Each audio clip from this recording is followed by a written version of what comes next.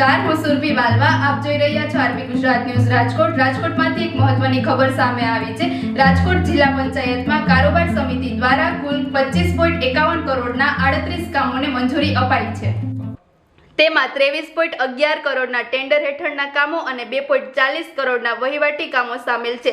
બાંધકામ વિભાગ માટે 21.41 કરોડના કામોને મંજૂરી મળી છે, જ્યારે સિંચાઈ વિભાગના 1.69 કરોડના કામો માટે પણ મંજૂરી આપવામાં આવી છે. હાલમાં 1 લાખથી 2 લાખ રૂપિયાની ખર્ચવાળી કામગીરીઓની યોગ્યતા માટે તપાસ ચાલુ રહી છે. જિલ્લા પંચાયત સ્થળાંતર અંગેનું બિલ હજુ કારોબાર સમિતિમાં રજૂ થયેલું નથી. કાર્યપાલક ઇજનેર અને અન્ય અધિકારીઓ દ્વારા તપાસ કરાશે અને આખરી રિપોર્ટ બાદ સાચો ખર્ચ સામે આવશે. નમસ્તે.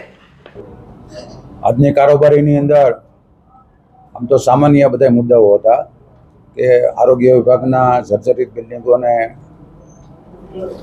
ડિમોલેશન કરવાની મંજૂરી આપવાની હતી. બાકીના અમારા બાંધકામના 21 કરોડ જેવા કામને પણ આજે મંજૂરી આપી. સિંચાઈ વિભાગના 4 કરોડના કામો જે હતા એમ કુલ મળીને 25 કરોડના કામોને આજે અમે કારોબારી સમિતિએ મંજૂરી આપી. સાથે વાત કરીએ જે જિલ્લા પંચાયતનો જે ફેરવણી માટે જે ખર્ચાની વાત હતી એની માટે તપાસ કમિટી નિમાડી છે, એમાં કઈ આગળ કાર્યવાહી થઈ છે? હા, જે તપાસ કમિટી નિમાઈ ગઈ છે અને વકાણી પાણી પુરવઠાના કાર્યપાલક ઇજનેર આની તપાસ કરી રહ્યા છે.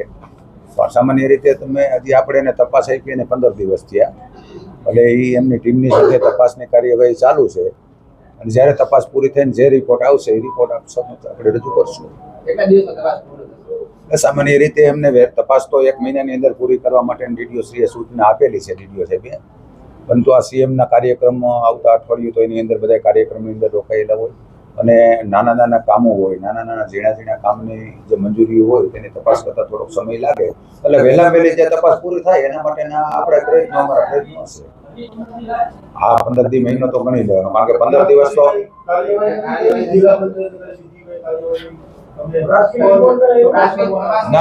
ના હજી એને શરૂ કરી છે તપાસ, એને શરૂ કરી છે ને એટલે આપણે પ્રાથમિક રિપોર્ટ નથી આવ્યો. પણ આ સીએમ નો કાર્યક્રમ જે છે 13 તારીખનો એ પૂરો થયા પછી આપણે એને અઠવાડિયામાં એમ કે 20 તારીખની આજુબાજુ માગશું એની પાસેથી.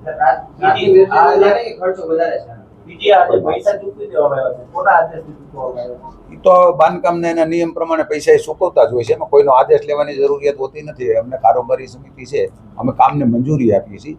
બાકી ચૂકવણું કરવું, પેમેન્ટ કરવું એ તો બધા જે તે ડિપાર્ટમેન્ટના અધિકારીઓ જ કરતા હોય અને એને આપણે 20 લાખ રૂપિયાનું પેમેન્ટ ચૂકવું છે. 84 લાખ સામે એમાં અલગ અલગ જવાબ આપવામાં આવે છે. માનો કે જવાબમાં એવું હોય કે 19 લાખ રૂપિયા, અમે એમ કીધું 17 લાખ રૂપિયા, ડીડીઓ એમ કે 22 લાખ રૂપિયા. એટલે માની લ્યો એને 20 લાખ રૂપિયા ચૂકવા હોય કે 22 લાખ રૂપિયાને ચૂકવા હોય તો એની ડિપોઝિટ ને બધા ટેક્સ ને કપાતા એમને ઓછા જ પૈસા મળતા હોય. પણ વાસ્તવિક મેં ચૂકવ્યા એટલે એના તમામના જવાબ અલગ અલગ આવે છે.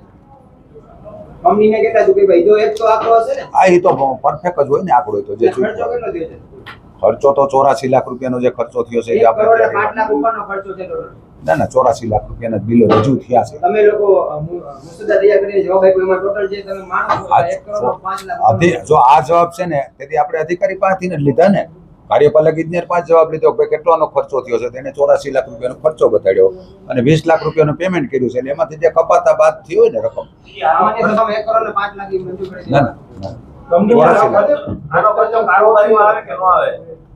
કારોબારીમાં એટલે નો આવે કે આ બિલ છે 15 લાખ સુધી. બધી સમિતિને અમે પાવર આપેલા છે કે સમિતિઓ 15 લાખ સુધીની કોઈ પણ મંજૂરી હોય તો એને ડીલે ન થાય એટલા માટે એ મંજૂરી આપી શકે છે. 15 લાખ ઉપરનું કોઈ પણ બિલ હોય કે 15 લાખ ઉપરનું કોઈ પણ ચૂકવણું આવતું હોય ને જે મંજૂરી અર્થે આવતું હોય તો અમારી પાસે આવે. અને આ જે મેન્ટેનન્સ જે આ જે કેળવણીનો ટ્રાન્સપોર્ટનો જે ખર્ચો થયો છે એ રેટ ઉપર થયેલો છે, ટેન્ડરથી નથી થયેલો.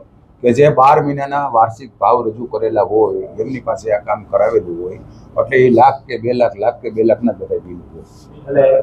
જો તપાસ કરીને રિપોર્ટ આવે એ પછી આપણે કહી શકીએ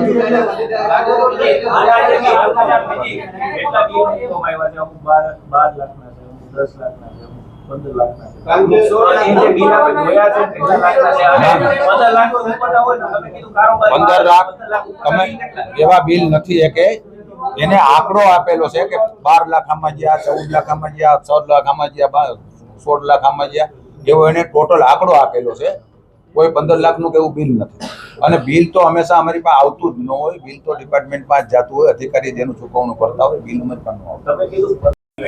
એમાં તમારી વાત સાચી છે. અભ્યાસ કરવાની અંદર જેને અમે તપાસ આપી છે એનો અમને થોડોક રિપોર્ટ મળે, અમે એની પાસેથી વચગાળાનો રિપોર્ટ માગશું કે ભાઈ તમે જે તપાસ કરી એમાં તમને શું લાગ્યું છે. એવું લાગે તો અમે પણ હા વચગાળાનો રિપોર્ટ લેવું. અમને એવું લાગશે તો અમે કોઈ સદસ્યોની પણ ભેગે સાથે રાખશું.